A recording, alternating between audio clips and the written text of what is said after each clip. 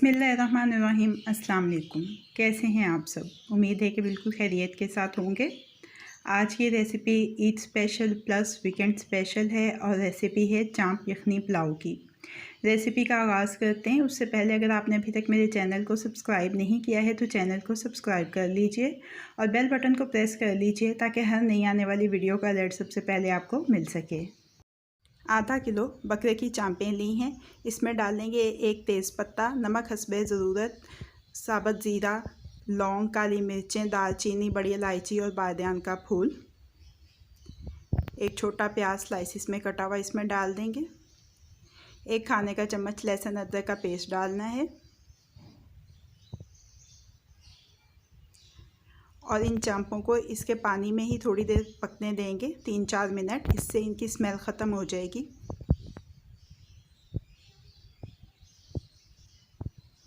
इसके बाद हस्बे ज़रूरत पानी डाल के इनको गला लेंगे।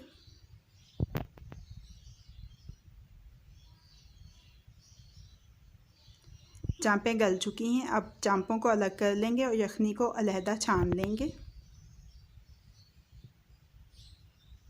दरमियानी आंच के ऊपर एक पैन रखा है। चौथाई प्याली इसमें तेल की डाल दी है। एक प्याली बासमती चावल मैंने आधा घंटे के लिए भिगो के रख दिए मैं पहले से।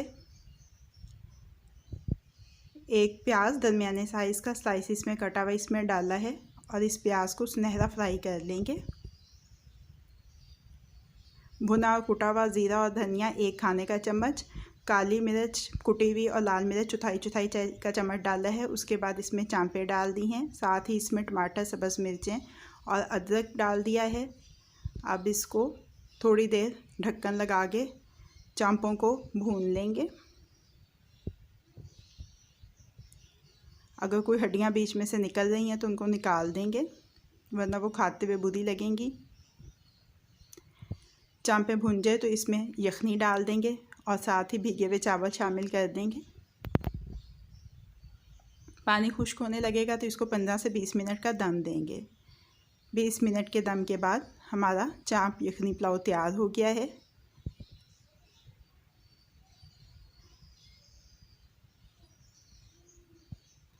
तली हुई प्याज के साथ इसको गार्निश कर लेंगे।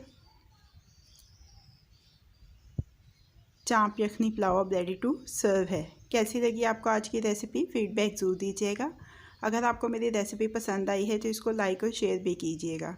मज़ीद झटपट बन जाने वाली मज़ेदार रेसिपीज़ जानने के लिए मेरे चैनल को देखते रहिए। अल्लाह पाक आपके दिलों को, घरों को, दस्तरखानों को हमेशा आबाद रखें। फ़ी अमान अल्लाह।